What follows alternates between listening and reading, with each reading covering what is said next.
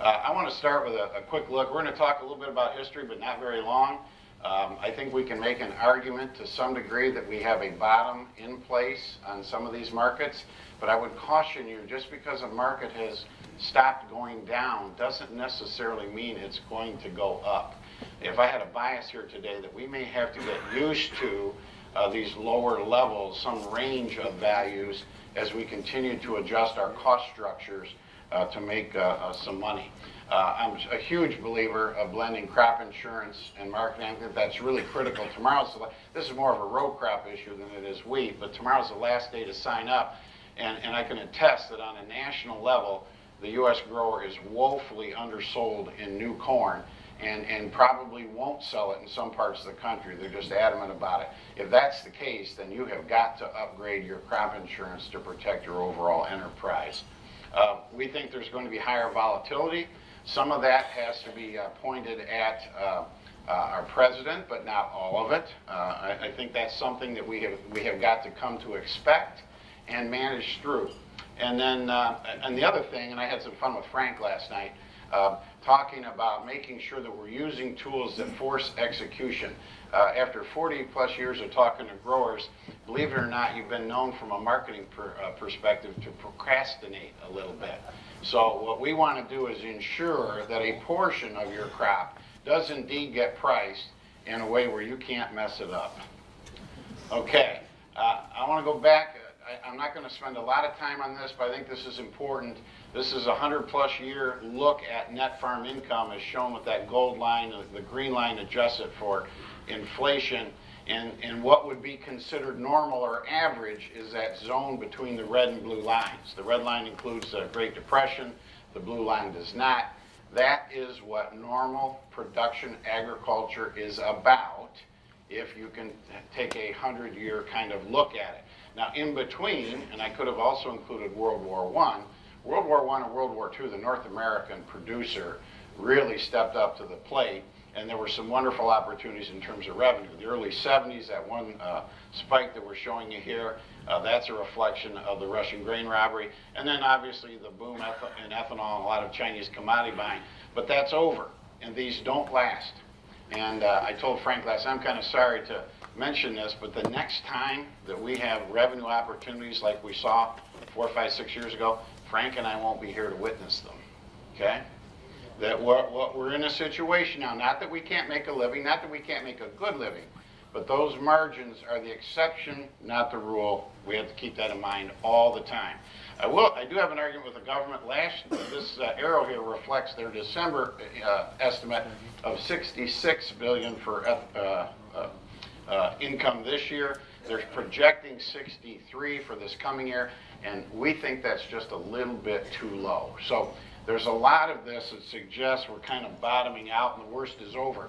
This particular chart here is far too symmetrical. It's not that perfect, but this euphoria can easily be described at the top. That's when people in northwest Iowa get upset with me when I suggest corn might go back below $4, and they just paid $20,000 for dirt. You know, or you go to Champaign, Illinois, and someone wants to argue why they shouldn't be spending $450 a year on rent and make it a 5-year arrangement. Okay, those are the kind of things that are pretty good indication that the bull market's over. We think we're in this level here. We're getting close. From a general time standpoint, we think it's about over. It's not that there isn't more pain to be endured, and again, I would caution you, it doesn't mean that we've got rosy days just around the corner, but we think we're in a situation that we're getting close. And the best example I can give you is that there was a gentleman that walked into an office of a facility we were on in southeast Nebraska, and the grain buyer out there called me because I'm often proponents of selling forward. And Jameson said, Mike, you won't believe it, a guy came in today and sold big chunks of 3 crops. And I said, he sold 16, 17, and 18? And he said, no, he sold 13, 14, and 15. and that's the right. But we're getting close to that. I would feel a whole lot better if you folks didn't have so much old crop corn left. We've got to get through that. Last week I was in upstate New York and eastern Colorado, recently the Boot Hill, Missouri, central Louisiana. Every place I go, the farmers got too much old crop corn. We're going to be reminded of that again on March 31st.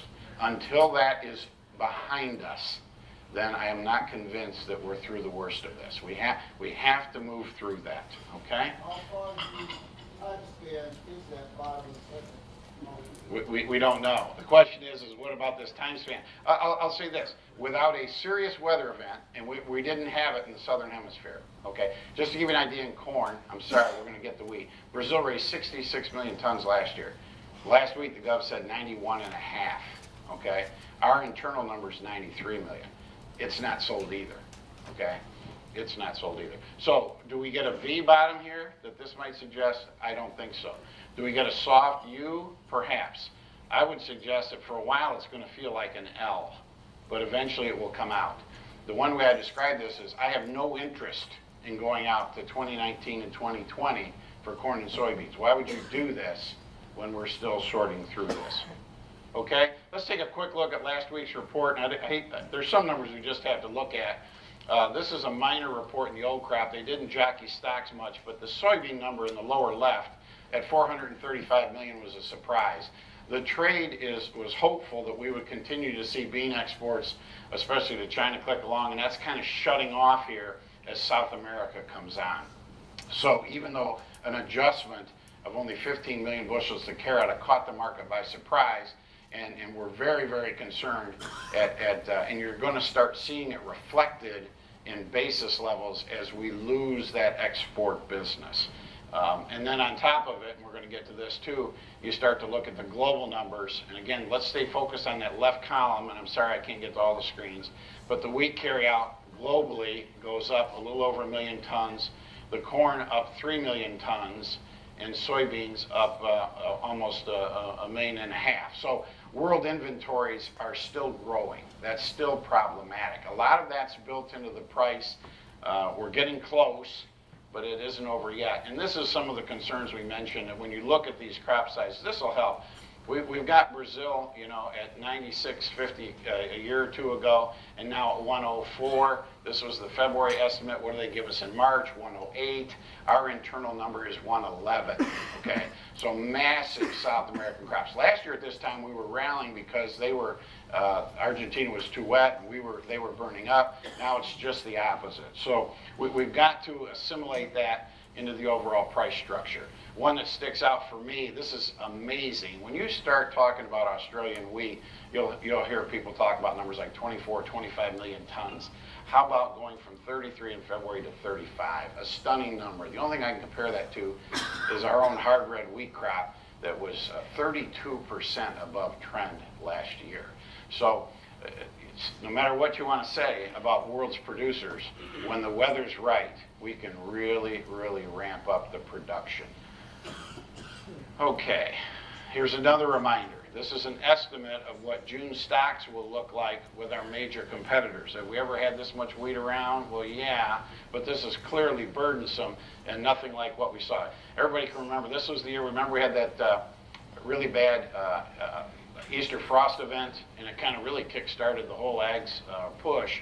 Well, we're nowhere near that. We're going to need probably 1, perhaps 2 weather events, and they could occur. We're going to talk a little bit about El Nino later, and I've got some concerns about world wheat weather over the next 12 to 18 months. All right, this is why you don't want to sell it here, okay? That's a 10-year look at wheat prices. Now, what we want to talk about is, what I'm suggesting is you have to forget about this and forget about this, and I'm going to kind of draw a line in here in this 550, 560 congestion area, and might suggest that might be an eventual target.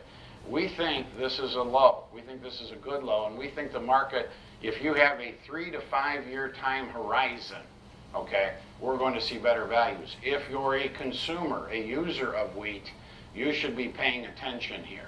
You should be taking some steps to mitigate your exposure, because it's just a simple 10-year look. Is that, this is the old thing, low prices cure low prices, and we have to be sensitive to that. We have clearly given the U.S. grower a signal not to raise wheat, which takes us to these acreage numbers.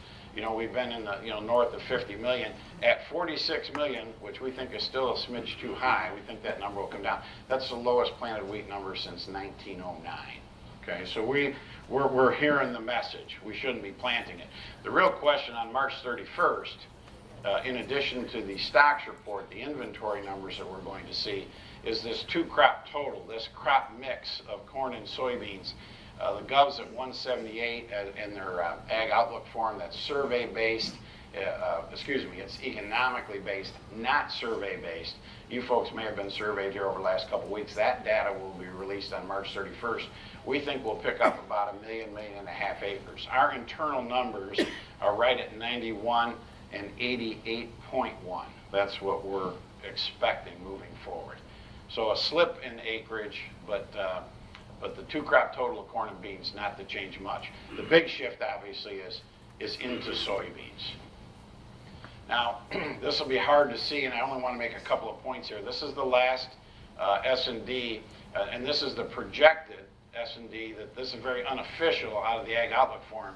The first official S&D comes out in May, but the Gov has got a fairly standard wheat planted to harvested percentage, and I think that's going to shift. In other words, we're going to see less wheat harvested for wheat than what would be considered normal. That's usually a fairly volatile figure. And I also think that the wheat yield is up for grabs here. The wheat market's broken quite a bit the last couple of days, particularly in KC, because there's some forecasted rain.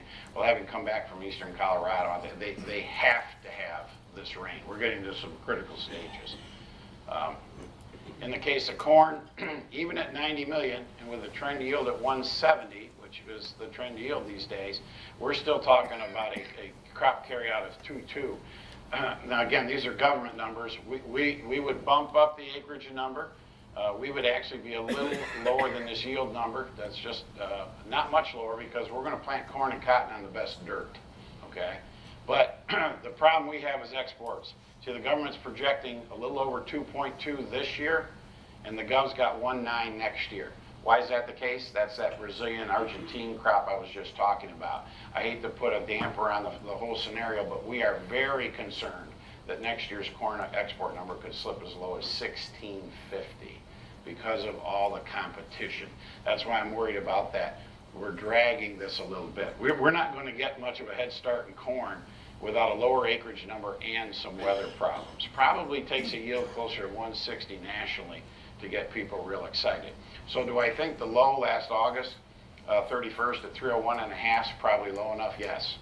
But I also don't know a reason why corn needs to trade north of $4 in any long-term fashion just yet. Soybeans gets interesting. Here we are with carryouts 191, 197. Now projected at this, they just bumped this up from 420 to 435. If you don't change anything, we're 435 next year. It really comes down to this acreage and this yield number. 52.1. It was such an outlier. Can we repeat that? And if we're planting a lot of beans on more marginal dirt, how will that go? We'll see. But we think that what has happened here is with the South American crop so good, and with the clear incentive, even when you take a look at the insurance values, the Feb average is 1019 for November beans versus 396 for corn. We're really telling the northern hemisphere producer to plant an oil seed versus a feed grain. Okay, this is the one that really shifted. I started putting this presentation together about 2 weeks, and I would say up until then, we had two different kind of competing factors.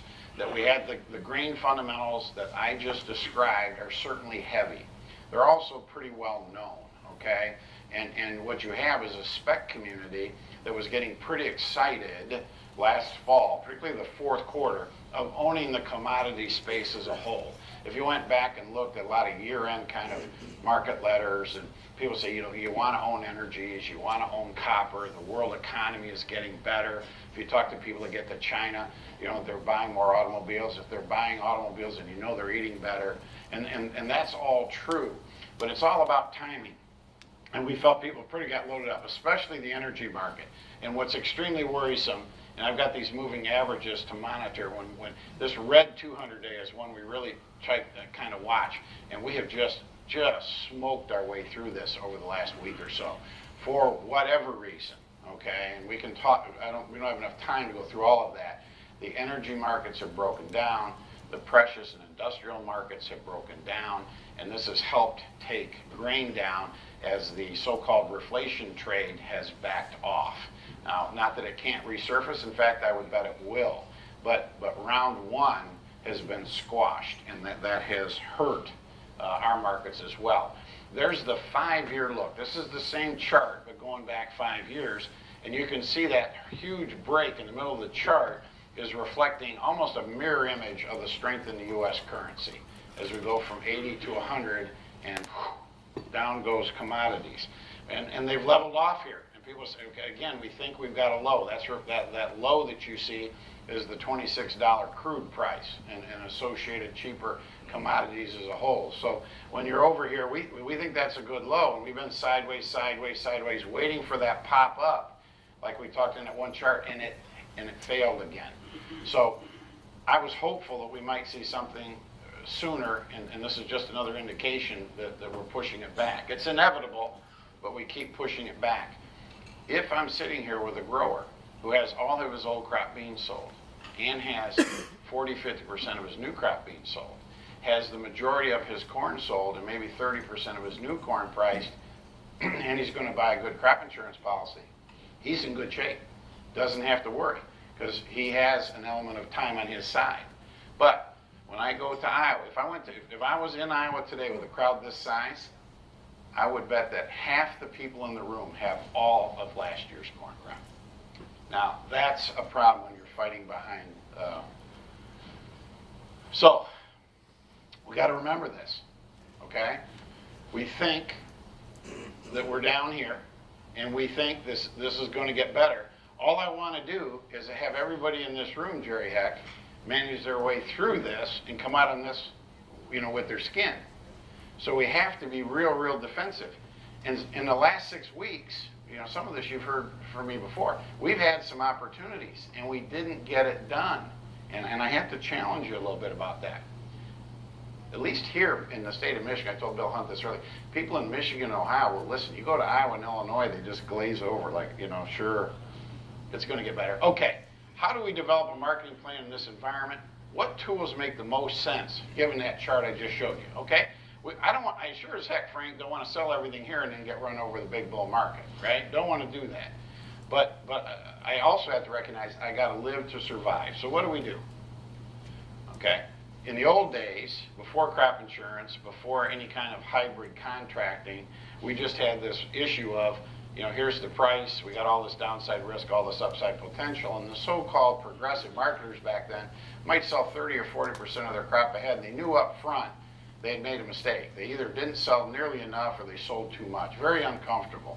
So the way, we typically solved this, tried to deal with it, was eliminate the downside, but when you fix the price, you also eliminate the upside. This is a nice stepping stone, and I still love the flat price contract in the right circumstance. And we've had lots of opportunities to sell new crop bean prices at acceptable levels, clearly profitable levels, and we've seen people in this room do that. You're to be congratulated. But what we really like is this picture. And I want you to keep this one in mind. And it really evolves over the crop insurance thought process. That I do want that downside managed, but I want some upside potential, and I'm willing to pay a cost. That's that yellow dashed line. That's the premium. And you make that choice. And by the way, we're not talking about crop insurance in subsidy terms any longer. Can we all agree with that? I thought it was very interesting at the Ag Outlook Forum. The government over and over did not use that word. They used the term cost share, and I like that, okay? I'm a supporter of the program in a big way, okay? It's the single most important marketing decision that you make every year. What sort of crop insurance policy do you buy? So we should be very used to making that decision of upgrading from 75 to 80, or even in certain parts of the country being able to go to 85 from 80. We're more than happy. It's just like putting nitrogen on your corn, and buying the right quality wheat seed. You gotta be willing to spend that money. We love this picture blended with this when the opportunities present themselves. Now what we want to do as an industry, what we've been doing for a few years now, is getting involved with the MinMax averaging contract, and I'm a huge proponent. It's two concepts, neither of which work on their own to the degree I'd like to. We've had seasonal averaging contracts for many years, okay? You price an increment every day or every Wednesday within a range of dates. But it's very difficult to know when you make that contract. You really don't know how it will price. So here you're sitting there with your lender who's a little nervous this year, and he says, okay, where are we at with that seasonal average price? What can I budget at? You cannot give that individual an answer. We know it will execute. We know it will provide a price. We just don't know what price. What we want to do is insert that in the boundary that's established between a floor and a ceiling, a minimum and a maximum, okay? We want to insert that daily increment forced behavior, okay? Take the gun out of your hands because we're afraid you won't shoot it. What we ask to do is have you put that within that range that you select. Now, there are people in this room that have, in the language of the trade, bought a put and sold a call and done it in a paper market or even on a cash contract. The trouble is they don't execute it very well, including grain originators that try to help them. Too much watching, too much monitoring. I'm just being honest and practical. It doesn't work because we put them on and we kind of forget about them. So what we want to do is set the boundaries, that all makes sense, but by inserting that pricing mechanism, we know it prices every day. Now let's flip this over, okay? We think the wheat consumer, the corn consumer, and the bean consumer should do the same thing for the same reasons. I'm here to tell you, I don't think those folks price all that much better. So I might be upsetting Steve. You might have some comments about this, but I think a lot of cattle growers, a lot of dairy farmers, a lot of people in the wheat business should be looking at these same tools, just flipped 180 degrees, because execution is where we usually slip. So depending where you're at in the pendulum, you know, if you're a farmer, for example, in eastern Colorado that irrigates everything, then I want that floor as close to the actual market as possible, and I'm willing to put a lower ceiling on it because the odds of me raising that 200 bushel corn are great. If I'm a grower that's in more marginal territories, you know, that maybe have a prevent plant claim from time to time, or I'm starting to get out here where I'm, you know, 40, 50, 60% sold. I want that ceiling a little higher. I want a little more flexibility. I don't generate as much money, so my floor tends to drop a little bit. So for example, I might be talking about a 390, 420 here, and over here I might be talking about a 380, 450. The beauty of all of this is that the companies now that offer them, and almost all the majors do, is that they're in a situation where they'll help you, advise you. It's a conversation about where these boundaries should be set and what kind of window in which you want to price. And if Dennis is there, there we are. Dennis and I talked about this last night. He goes, Mike, why don't farmers have a better handle on their cost of production? I said, Dennis, that's a great question. I've been 40 years trying to get guys to give me those numbers. It's a challenge, but once you have them, now you know where to set your boundaries. Corn traded over $4 twice. We actually had wheat above $5 many months ago. If you know that when those opportunities present themselves and you can get yourself 5 or 10% returns on a portion of it, why wouldn't you lock in your floors with some upside potential? I will also tell you, if I go to a grower and say, I think you should hedge 10 to 20% of your production right here, make a contract, that won't get done. That's hard to fix the price on that volume. But if I ask the grower to protect 20% through a minimum maximum with some upside, all of a sudden better execution. You know, more interest in the volume.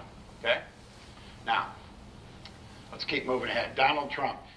I voted. I'm not going to tell you who I voted for. I'm trying to be as apolitical as I can. But if nothing else, this man is interesting. Okay?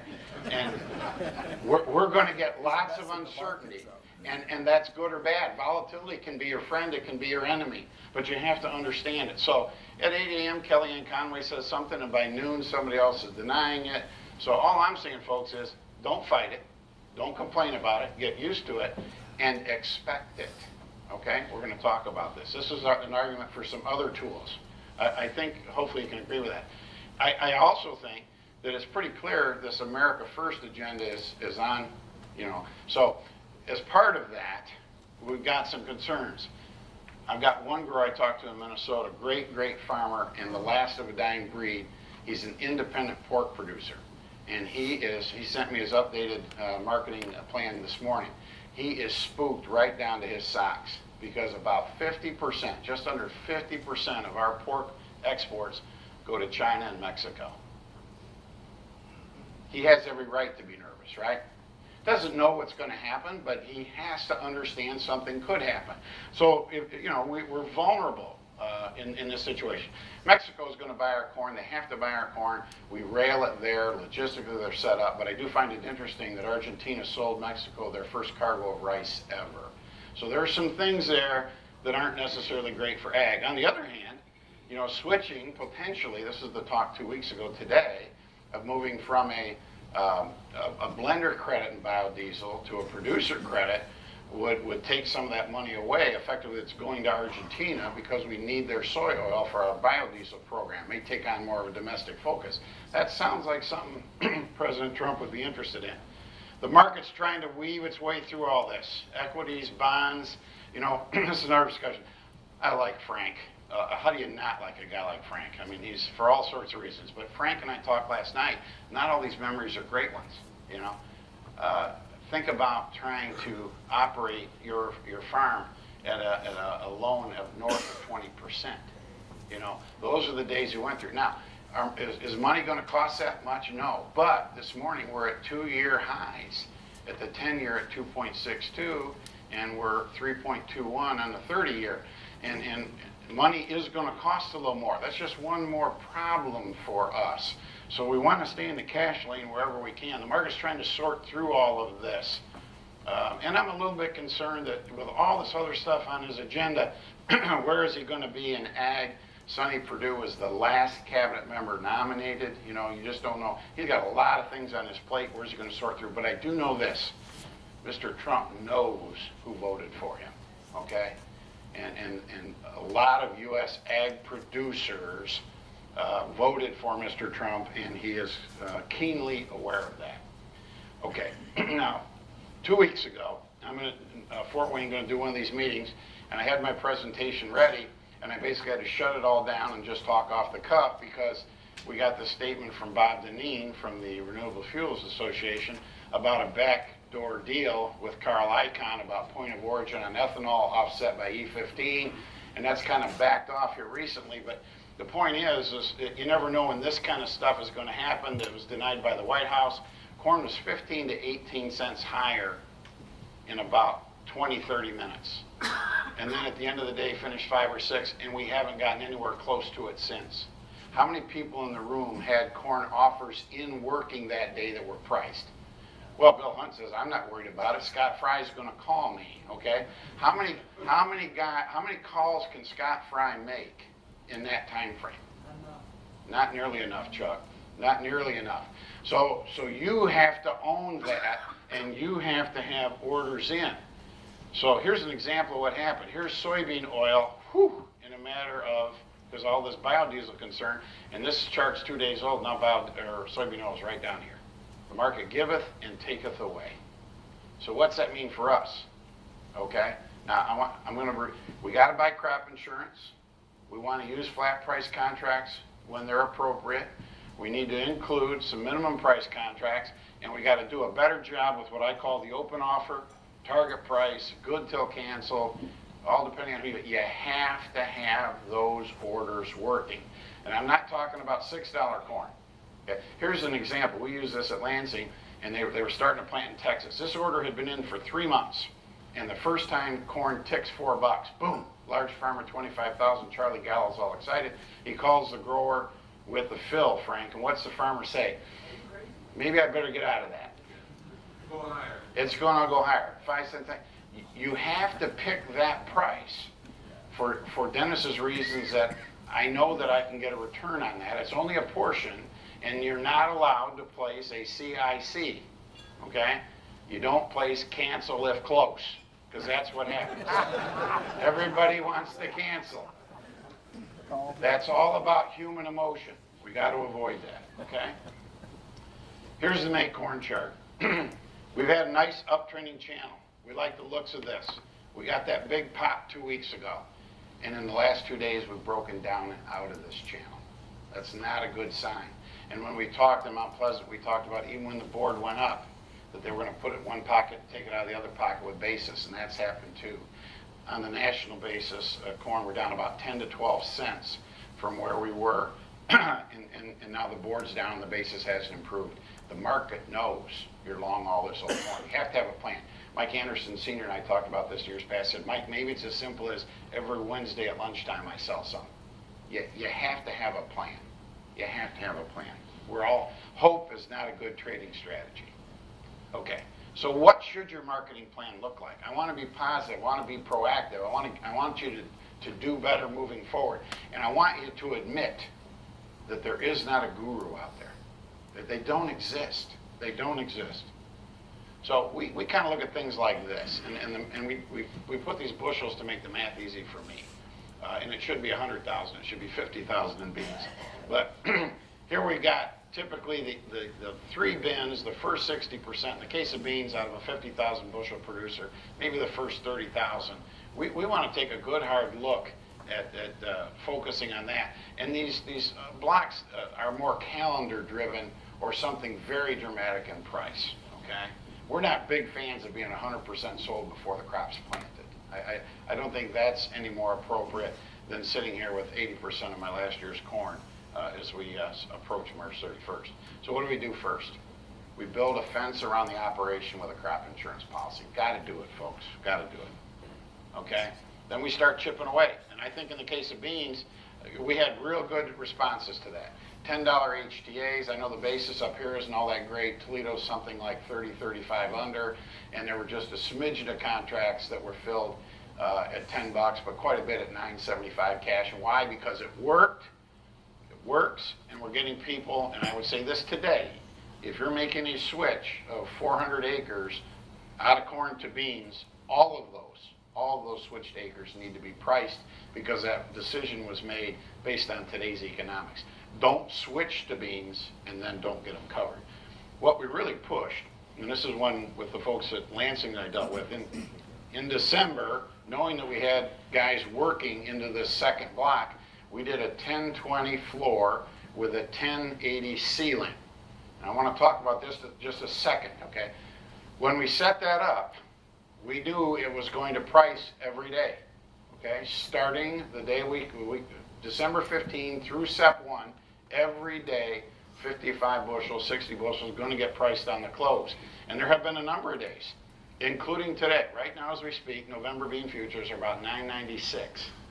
If I've got a 1020, 1080 chuck, I'm going to price at 1020 tonight, okay, not 995. Now, we never did get above 1080, but if we did, we would be stuck and have to live with 1080, okay? So you make these contracts knowing you can live with the floor, and you're hopeful that they go up and through your ceiling, and you price a bunch at 1080, and what's the next step? You sell some more. You do another floor ceiling, Jerry. And we were prepared in talking about that. If we'd have gone further up, South American weather problems, the next one might have been a 1060 floor with an 1140 ceiling, something like that. I want that blazoned into your memory, folks. This is what a good plan should look like going into spring. Not overcommitted, but some very valuable risk management steps in place. If beans break $1, this guy's in pretty good shape. If beans rally $1, this guy's also got things to do. And we haven't even discussed about the ability to sell a portion of the 18 crop if something would get carried away, okay? So there's those opportunities. We're breaking down now 995. If this 980 level comes out, we're in real trouble. I think this will hold at least until March 31st, but between now and March 31st, everybody's got to get their ducks in a row. Okay, so here's the corn, and this is the problem, okay, that we've still got, in most cases, at least 2 bins or 3 bins of the old crop. I have yet to meet a farmer who will consistently sell large portions of the deferred year while he's holding old crop. The reason that we sold new crop in pretty good volume, and people come, because they didn't have any old beans to sell. But we're woefully undersold in new corn because we're still long too much old. So at a minimum, and with some folks, we've actually said if you're not going to price or you're going to stay too long, then you really do need to bump up to even 85 to protect yourself. What we'd like to see, and we had cracks at this, you know, the Toledo corn basis, you know, it had a shot at something like 370 cash.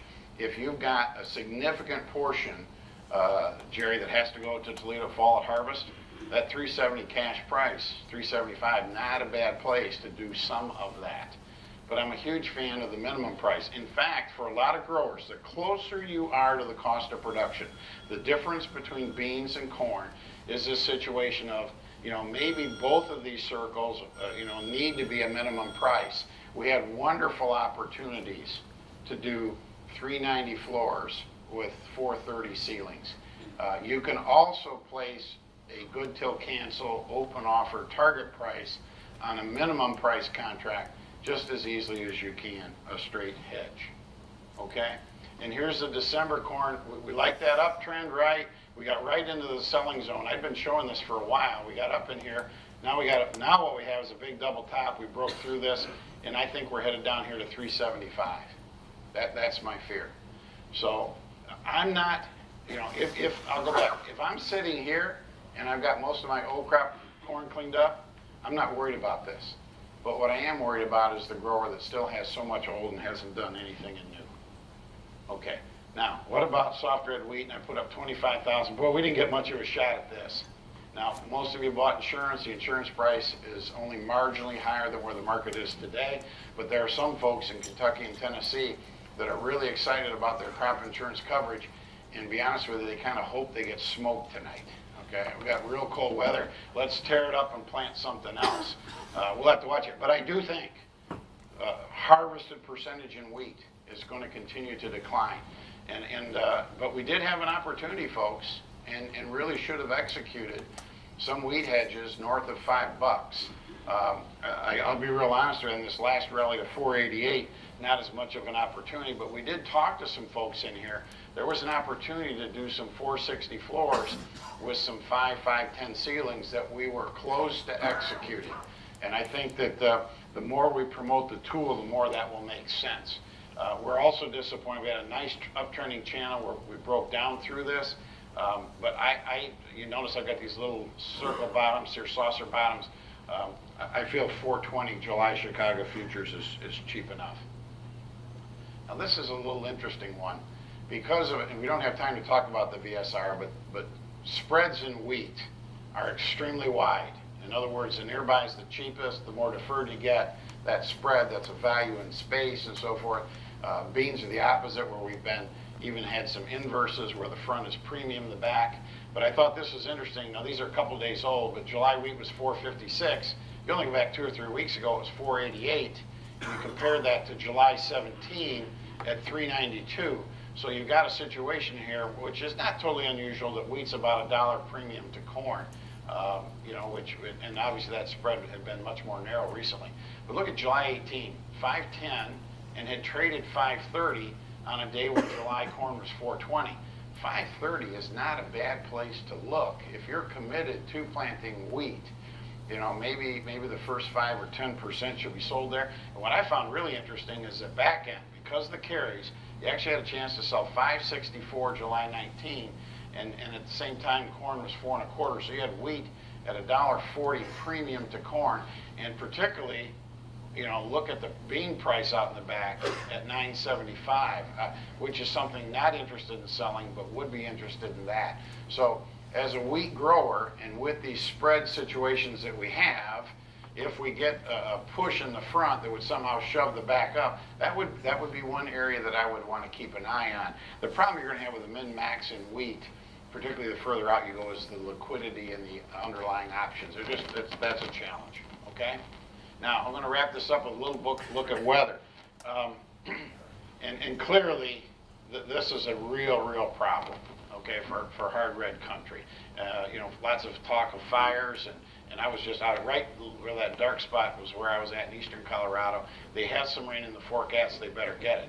I will tell you that the forecaster recently is working on this. Think of all that snow these folks are getting.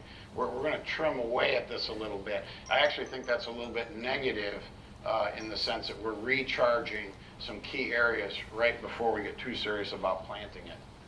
Okay, here's another view of hard red country. This is 90-day precip as a percent of normal. And again, large pockets here of problems. The guys out there tell me in Colorado there's plenty of water. They don't have any. In fact, some of these folks are actually selling a portion of their water rights to the oil industry. But we're in an environment here where you know, the dryland stuff really needs a drink. Now, this is going to get a little complicated, but I think it's good to talk about, and it's something you're going to hear about, and I do want to chat about it. If you hear anybody in this industry say, El Nino means this for sure, run away, okay? If you hear anybody say La Nina means that, run away. But you do, I think, have to have some sort of an appreciation for some of the science. We've been coming out, this zero level is considered anywhere from plus 0.5 to minus 0.5 is neutral. And we're coming out of a fairly weak La Nina, and then you've got all these models that they run out of the big computers at Columbia University in New York, and they produce what they call the Enzo plume. That's what this spaghetti-looking mess is. And you got all these computer models, and the blended average is this gold line right here. So the trade kind of gravitates to that. So the trade today believes that we're headed towards a modest El Nino. What does that mean? And typically, that's pretty good for U.S. production. In fact, most of the mainline forecasters that we talk to, and I see about 6 forecasts a day, would suggest that trend or better row crop yields this summer is likely. Also probably going to have decent wheat yields, we'll see. But what this does suggest is some problems down the road in other locations. What I do find interesting is that the waters have been warming very quickly. These are just simply a measurement of a buoy out in the east central Pacific, and they've been warming rather rapidly here compared to some other years. We just posted 97 and 15. So this would be indicative of an El Nino coming on faster, and again would be more yield positive for us. But Australia, problems that, remember I said they've got 35 million tons this year. Their government has already taken a projection next year in the neighborhood of 24 million tons, based largely on this. The Indian monsoon becomes a risk, Malaysian palm oil, and even parts of China. So I could make an argument here, and this is the Mike Mock swag, okay? I wish it wasn't on camera, but I'm going to say it anyway, all right? Maybe we make some sort of June, July low here. We build in all the negativity. The farmer finally gives up on his old crop. We raise good crops here, and then something happens overseas that gives us better opportunities. That's a guess. It's a swag. My concern is, can I get everybody to the fall and survive it? You know, that's what we got to work on, okay? So, to wrap this up, we can get this things moving along. And again, I think, Jody, we've got an afternoon session, 20 minutes. It's going to kind of by the seat of the pants. We'll have some questions and so forth, but high volatility is here, okay? That's both good and bad. We've seen that just in the last couple of weeks. Very emotional. It argues a lot, Bill, for open offers, good till canceled, a marketing plan. You got to respect that volatility and manage through it. Can't hide from it. Please buy that top-end, high-quality, revenue-based insurance policy, and you're going to have to spend more time on marketing, which is not only futures risk, but basis volatility, okay, is going to be an issue as well. And with all the one thing that's good about this part of the world, we've got lots of marketing choices and lots of marketing opportunities. We have to be sensitive to what the Canadian markets look like. You know, could they be hurting us? We have to be sensitive to all that. And then I would make the argument, the diversified marketing approach that includes at least some element of minimum price. We think that's the way to go. And then finally, I make this with all my presentations. I want to make safety a priority. We got folks here that are young and bulletproof, you know, immortal, and that's just not true, okay? And we got some older folks that were just not, turning 63 recently, we're not as young as we used to be. We both have to recognize this can be a very dangerous business. I've lost 2 good friends, and that the only thing that I don't like about this business is the safety factor, and we have to be proactive about managing it. I want to make one last comment, because I don't want to steal Steve's thunder, but you have the fortune, the good fortune, of our afternoon speaker to talk about the aspect of sustainability and your responsibility and how you're viewed with the rest of society. pay attention. You see my stuff all the time, but Steve is very, very important in terms of how you as wheat producers, and for that matter, corn, oats, whatever you're producing, you got to be sensitive to his message. With that, I'll wrap it up. I'm not quite sure we're on time. We got 10 minutes, Dave has. Question? I guess I didn't even have coffee today. Normally I'm all wound up. We could talk about the Lions winning the World Series. I'm not so sure about, Michigan's out of gas, right? They had a great run. Michigan State, it's just not their year. The Lions, I don't know. Tigers, maybe.